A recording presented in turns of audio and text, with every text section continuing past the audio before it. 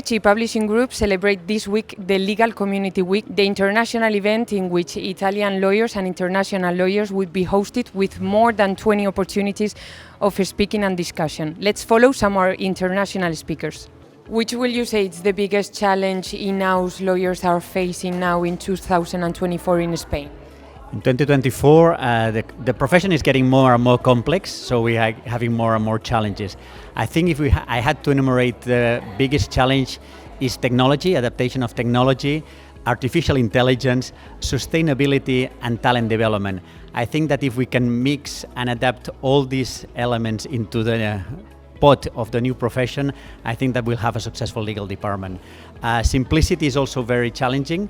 The departments are required to do more with less, and this is going to continue, and of course with the help of technology we'll make it happen. But we have to think a lot and reinvent a lot of the principles that we've been working in the past. Which is the clue for your legal team in order to be ethical when using AI in the department?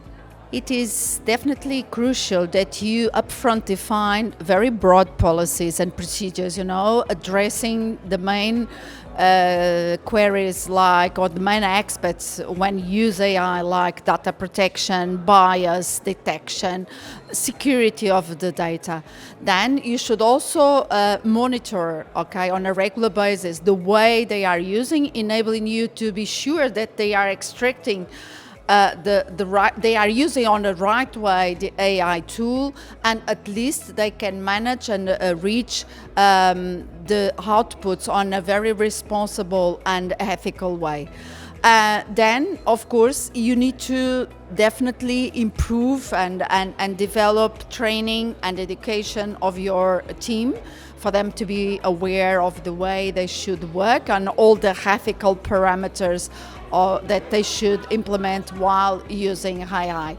And do on a quite frequent basis the audits and assessments will allow you to also take some lessons and of course improve what needs to be improved and to adjust what needs to be adjusted. So which will be your advice for the management of an in-house team? I understand that when you manage an in-house team, you have to be really close to them. I understand that you have to give them flexibility, total flexibility, because like a first stone within an in-house team is the trustness. So you have to trust your team. You have to give them flexibility, but at the same time, you have to force them to work in a team as a team, mixing all different subjects, and they have to be kind of, on a presential basis within the office, following the policies of the company, and finally, I think as a team we have to be together. We have to meet together in order to work as a business partner, for the company. So, being a business partner, work together, and work as a team. Which will you say is the most important soft skill that lawyers should have in the future?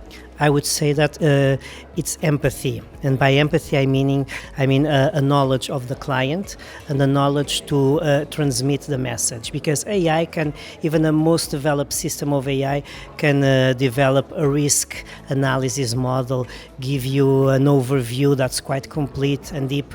Maybe not now, but I do believe that in the future it will be able to do so. But it won't be able to transmit the message to the client with the same pulse that a human being is able to do. It won't be able to do it knowing everything that a human being knows about another human being, our perceptions, a certain message. I have several country managers that I work with, and I do not give the same scenario in the same tone or with the same elements to each one. I adapt it, I know their style, I know what's important for each one of them. Some of them will want detail, some of them will want only the overview and what's the solution. So I do believe it's this capacity to have empathy with your stakeholder. It's not the same to say, well, there is a criminal risk in this operation in a paper to somebody that will read it in a very standard way, or to say it to a person that there is a criminal risk and that it's his own criminal record that it's involved in it. So I do believe that this capacity to communicate, to transmit a message, it's what will make us essential. So which advice will you give the young lawyers which are starting to negotiate on Iberia?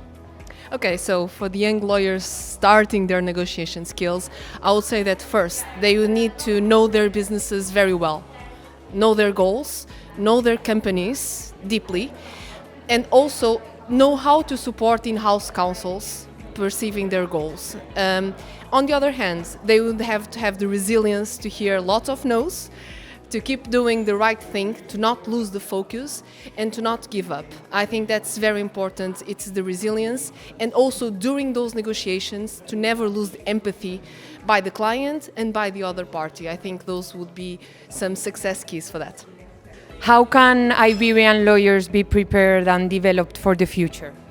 Well, I believe that it's important that you acknowledge what are the areas that you have to develop for yourselves to make a self-assessment about your strengths and opportunities, and to know what's coming. Okay, so you need to be aware that digital business transformation is going very high. You have to embrace technology. You need to be aware that globalization is going to be the norm. Remote teleworking, virtual collaboration.